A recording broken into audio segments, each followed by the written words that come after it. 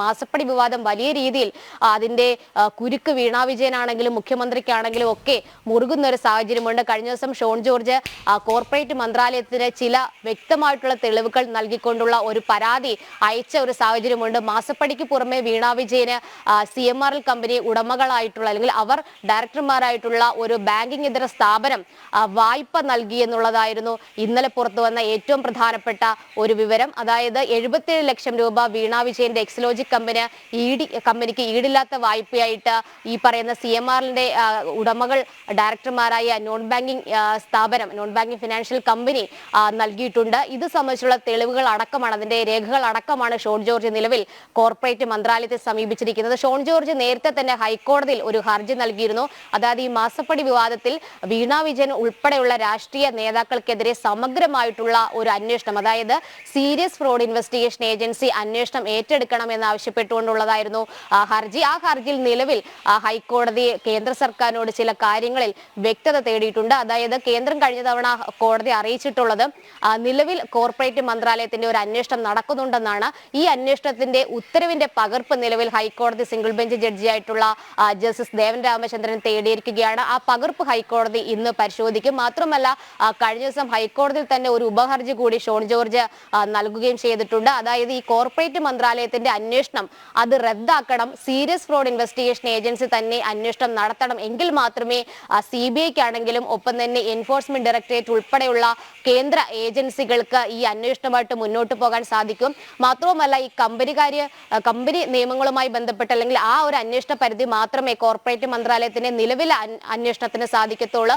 ROCയുടെ ഉന്നതതല വൃത്തങ്ങളാണ് നിലവിൽ അന്വേഷണം നടത്തുന്നത്. അതുകൊണ്ട് തന്നെ അത് ഷെഡ്യൂൾഡ് കേസിലേക്ക് വരാത്ത ഒരു സാഹചര്യം ഉണ്ടാകും. കൂടുതൽ വിശദാംശങ്ങളോ അല്ലെങ്കിൽ അതിന്റെ ദുരൂഹതകളോ പുറത്തു വരാത്ത ഒരു സാഹചര്യം ഉണ്ടാകും. ആ ഒരു സാഹചര്യത്തിൽ ഈ അന്വേഷണം സീരിയസ് ഫ്രോഡ് ഇൻവെസ്റ്റിഗേഷൻ ഏജൻസിയെ തന്നെ ഏൽപ്പിക്കണം എന്നുള്ളതാണ് ഉപഹർജിയിൽ ഷോൺ ജോർജ് കൺവീനർ അന്ന് വിഷമിച്ചത് ഒരു പാവം പെൺകുട്ടിയെ നിങ്ങൾ ഈ സംസ്ഥാനത്ത് വ്യവസായം ഒന്നും നടത്താൻ സമ്മതിക്കില്ലേ എന്നുള്ളതാണ്. മാധ്യമങ്ങൾക്ക് മുമ്പിലും ഒക്കെ അദ്ദേഹം ശോഭിച്ചും നിസ്സഹായ അവസ്ഥയിലും ഒക്കെ പറഞ്ഞത് അപ്രകാരമാണ്. അത് ഷോൺ ജോർജ് കേട്ടിട്ടുണ്ടാവാൻ സാധ്യതയുണ്ട്. കാരണം കൂടുതൽ തെളിവുകളൊക്കെ അദ്ദേഹം ഇതുമായി ബന്ധപ്പെട്ട ഹൈക്കോടതിയിൽ നൽകി എന്നാണ് അറിയുന്നത്. അത് ഈ എപ്രകാരമാണ് ഈ പറയുന്ന മാസപ്പടി വിവാദത്തിൽ കൂടുതൽ ഫ്രോഡുകൾ നടന്നിട്ടുള്ളത് എന്ന് അദ്ദേഹത്തിൻ്റെ കയ്യിൽ വ്യക്തമായ തെളിവുകളുണ്ട്, രേഖകളുണ്ട് എന്നാണ് അന്ന് മുതലേ അദ്ദേഹം ആവർത്തിക്കുന്നതും അത് കോടതിയിൽ സമർപ്പിച്ചിട്ടുണ്ട് എന്നുമാണ് പറയുന്നത്. എന്തായാലും LDF കൺവീനറുടെ വാക്കുകൾ നമ്മൾ ഒരിക്കൽ കൂടി ഒന്ന് ഓർത്തെടുത്തേ പറ്റൂ. കാരണം മാഞ്ഞൂരിലെ ഈ പ്രവാസി വ്യവസായിയുടെ സമരമൊക്കെ നമ്മൾക്ക് മുമ്പിൽ നടന്നിട്ട് അധികമായിട്ടില്ല. അതൊരു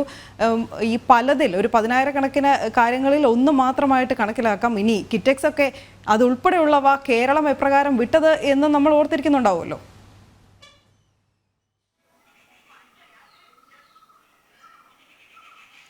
തീർച്ചയായിട്ടും അനു സൂചിപ്പിച്ചതുപോലെ തന്നെ ആദ്യഘട്ടം മുതൽ തന്നെ ഈ വിഷയത്തിൽ മാസപ്പടി വിവാദത്തിൽ വീണ വിജയനെ സംരക്ഷിക്കുന്ന ഒരു നിലപാട് തന്നെയാണ് LDFും CPMും സ്വീകരിച്ചത്. വളരെ വലിയ രീതിയിൽ സംരക്ഷിക്കുന്ന രീതിയിലുള്ള പ്രസ്താവനകൾ EP ജയരാജൻ അടക്കമുള്ള നേതാക്കൾ ഇറക്കിയ ഒരു സാഹചര്യമുണ്ട്. പക്ഷെ അതിനെയൊക്കെ തന്നെ പ്രതിരോധത്തിലാക്കുന്ന അല്ലെങ്കിൽ പ്രതിസന്ധിയിലാക്കുന്ന രീതിയിലുള്ള തെളിവുകൾ തന്നെയാണ് ഷോൺ ജോർജ് അടക്കമുള്ള രാഷ്ട്രീയ നേതാക്കൾ പുറത്തുവിട്ടിട്ടുള്ളത്. പ്രത്യേകിച്ച് ഈ മാസപ്പടിക്ക് പുറമെ 1,72 ലക്ഷം രൂപയാണ് മാസപ്പടി ഇനത്തിൽ CMRL കമ്പനിയിൽ നിന്ന് വീണ വിജയന്റെ എക്സലോജി കമ്പനി സേവനമൊന്നും നൽകാതെ വാങ്ങിയെടുത്തത്. അതിന് പുറമെയാണ് ഈ 77 ലക്ഷം രൂപ വായ്പ ഇനത്തിൽ നേടിയെടുത്തത്. അതിലെ ഏറ്റവും പ്രധാനപ്പെട്ട ഘടകം ഒരുപക്ഷെ മാസപ്പടി എന്നുള്ള രീതിയിൽ അല്ലെങ്കിൽ ഈ 1,72 ലക്ഷം രൂപയുടെ കണക്കിൽ ആ രീതിയിലേക്ക് ഈ പണം വാങ്ങിച്ചു കഴിഞ്ഞാൽ സ്വാഭാവികമായിട്ടും ഏജൻസികളുടെ പിടി വീഴും എന്നതിന്റെ അടിസ്ഥാനത്തിലാകാം വായ്പ എന്നുള്ള രീതിയിൽ വകമാറ്റിക്കൊണ്ട് പണം നേടിയെടുക്കാനുള്ള ഒരു ശ്രമം ഉണ്ടായത്. ഈ പണത്തിന്റെ സോഴ്സ് അടക്കം അതിന്റെ ഉത്ഭവം എവിടെയാണ്, ആ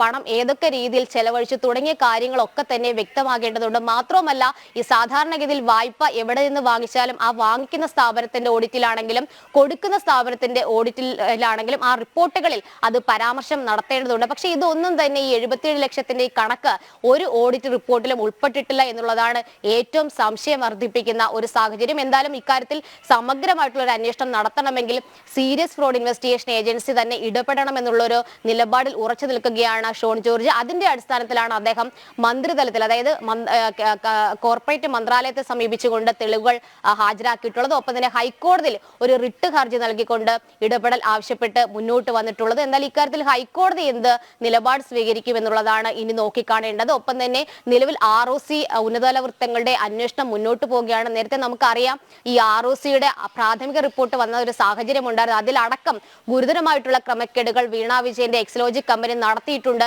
മാത്രവുമല്ല, അഴിമതി നിരോധന നിയമപ്രകാരമാണെങ്കിലും കള്ളപ്പണം വെളുപ്പിക്കൽ തടയൽ നിയമപ്രകാരമാണെങ്കിലും വീണ വിജയന്റെ എക്സലോജിക് കമ്പനിക്കെതിരെയും വീണ വിജയനെതിരെയും കേസ് എടുത്തുകൊണ്ട് മുന്നോട്ട് പോകാമെന്നുള്ള ശുപാർശയും രജിസ്ട്രാർ ഓഫ് കമ്പനീസിന്റെ റിപ്പോർട്ടിൽ ഉണ്ടാവുകയും ചെയ്തിരുന്നു. എന്തായാലും നിലവിൽ ഈ സമഗ്രമായിട്ട് മറ്റ് തലങ്ങളിൽ അന്വേഷണം തുടരുന്നതിനിടയിൽ തന്നെയാണ് SFIOയുടെ അന്വേഷണം കൂടി ആവശ്യപ്പെട്ടുകൊണ്ട് കോർപ്പറേറ്റ് മന്ത്രാലയത്തെ ഷോൺ ജോർജ് സമീപിച്ചത്. ഒപ്പം തന്നെ ഹൈക്കോടതിയിലും ഈ വിഷയമുണ്ട്. ഇക്കാര്യത്തിൽ ഹൈക്കോടതിയുടെ നിലപാടും ഏറെ നിർണായകമായി മാറും. അനു.